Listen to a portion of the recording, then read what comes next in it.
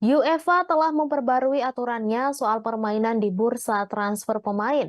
Sejauh ini aturan UEFA di bursa transfer pemain masih kurang ketat sehingga ada klub yang bisa mengakalinya.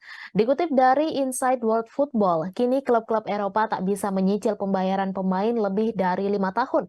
Tentu saja ini kabar buruk bagi Chelsea yang menerapkan cicilan lebih dari 5 tahun kepada pemain-pemain yang didatangkannya untuk menghindari financial fair play.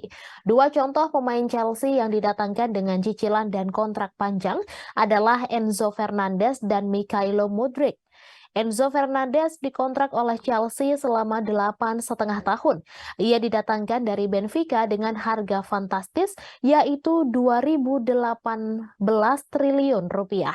Sementara Mikhailo Mudryk diikat kontrak selama 8,5 tahun dengan biaya transfer sebesar 1,2 triliun rupiah. Faktanya pada musim lalu, selama pesta pembelian pemain besar-besaran, mayoritas pemain The Blues diikat dengan kontrak lebih dari 5 tahun. Biaya pembayaran transfer pemain terbesar tersebar merata selama masa kontrak yang berarti makin lama makin kecil pembayaran tahunan yang tercatat di rekening klub.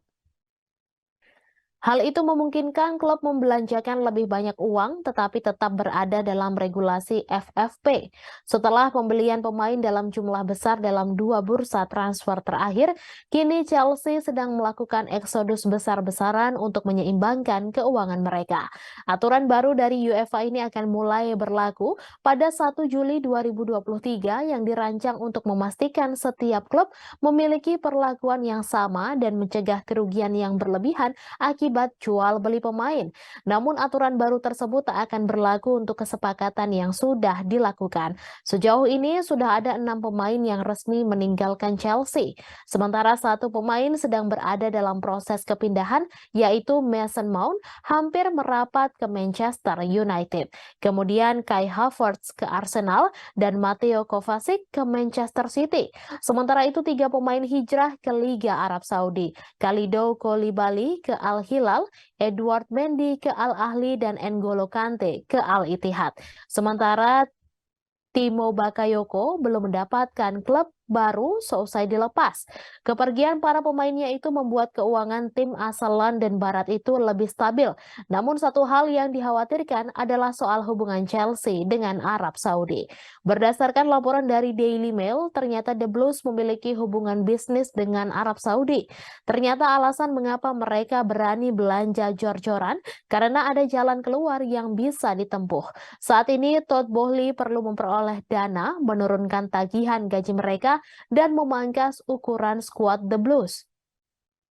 Ternyata dana investasi publik Arab Saudi yang merupakan pemilik mayoritas Newcastle juga merupakan investor di Clear Lake Capital yang memiliki 60% saham Chelsea. Selain itu, PIF merupakan pemilik 4 klub besar Liga Arab Saudi yaitu Al Ittihad, Al Ahly, Al Nassr, dan Al Hilal. Kini keempatnya bergerak untuk bisa mendatangkan pemain The Blues. Namun hubungan itu juga memicu ketakutan dan kecurigaan terhadap operasi yang akan dilakukan oleh Todd Boehly. Misalnya, Chelsea menghabiskan banyak uang, kemudian menggunakan PIF untuk membantu menyelamatkan mereka saat ada ancaman dari FFP. Terima kasih sudah nonton. Jangan lupa like, subscribe, dan share ya.